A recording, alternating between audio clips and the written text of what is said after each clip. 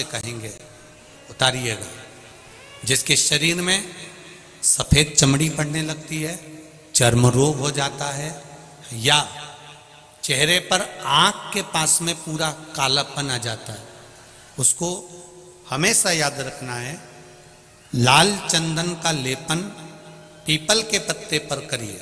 काय पर करना है? पीपल के पत्ते पर लाल चंदन का लेपन करिए। लेपन कर कर सोमवार की अष्टमी के दिन उसको लेपन कर कर वापिस निकाल कर शंकर भगवान पर उसका धीरे धीरे त्रिपुंड बनाकर लेपन करना प्रारंभ करिए।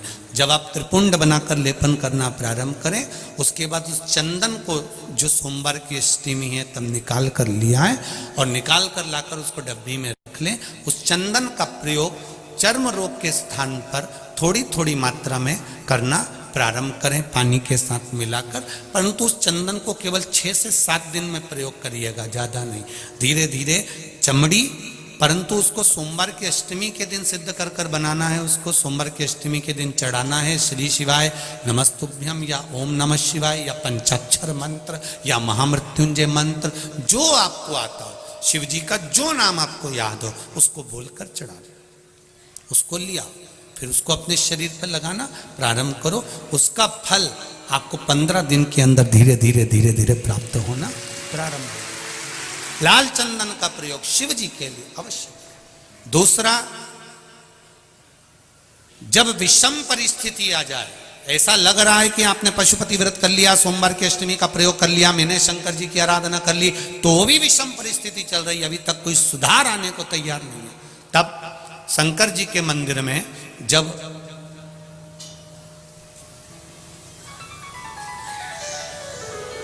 बेलपत्र चढ़ाने के लिए आप जाएं, तब प्रयास करिएगा कि बेलपत्र को, अशोक सुंदरी का स्थान सबको मालूम है ना? बोलो, जम के बोलो जरा, मालूम है सबको? अशोक सुंदरी वाली जगह पर बेलपत्री को, डंडी वाली जो जगह है जहां से पानी बहकर जाता है, उधर रखना। उसी बेलपत्री को वापस उठाना है। शिव जी के शिवलिंग पर जब बेलपत्री रखो तो डंडी का भाग, आप यहां बैठे हो तो डंडी का भाग पीछे की ओर होना चाहिए।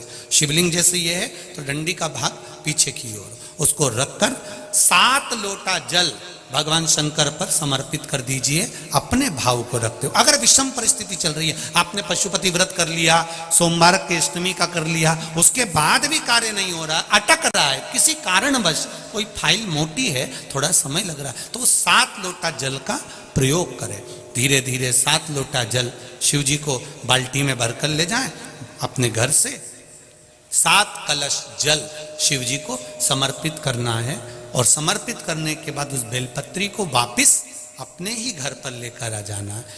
11 दिन 21 दिन उसको रखो, फिर उसका विसर्जन वापिस किसी नदी, सरोवर, तालाब या वृक्ष के नीचे कर दीजिए। बाबा हाथ पकड़कर बाहर निकाल ही देगा। परिस्थिति अगर बहुत विचित्र, विषमता, बहुत विषम परिस्थिति में उस जगह पर इसका प्रयोग कर सकते।